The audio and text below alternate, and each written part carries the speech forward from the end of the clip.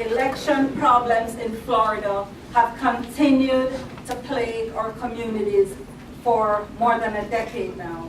We continue to work today to make sure voting guarantees the constitutional promise that we all are created equal and that every registered voter can cast a ballot, have it counted without barriers like the ones our beloved Desiline Victor went through. Never again. On October 27th, the first day of early voting, Desiline prepared herself impeccably to vote. She was here 10 o'clock in the morning, and there was already a line. She stood until 1 o'clock in the morning. Her body could take no more. This lovely lady here, who was a volunteer, advocated with poll workers to move Miss Victor to the front of the line. They did nothing. People told us about a lady when we arrived here, 100 years old, who went through a terrible struggle to vote.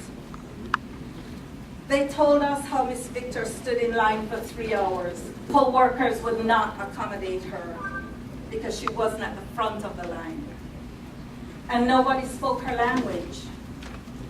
How could we not have more Creole-speaking poll workers in North Miami? Never again. Advancement Project was here when she returned, finally voted, and emerged with her sticker, "I voted." We heard applause and excitement. My colleague and I ran to see what this was about.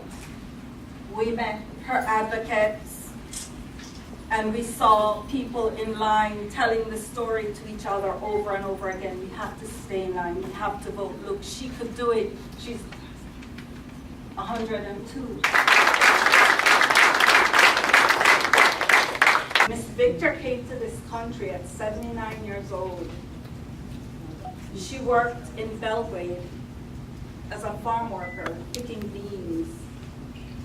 Years later, she became a registered voter. She cast her first ballot in 2008 for this president under physical duress, again in 2012, barely.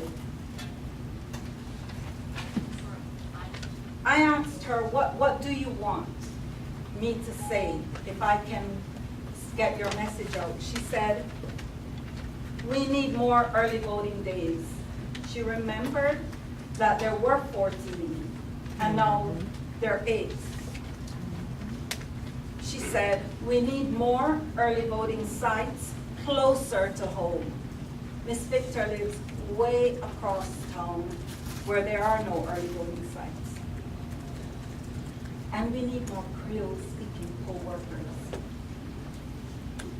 We felt as a voting community, as a civil rights community, we have a duty to do something. We stand here now today in support of Desiline's Free and Fair Democracy Act. Desiline's Free and Fair Democracy Act. To help make her dreams a reality. This bill would guarantee the right to vote in Florida law.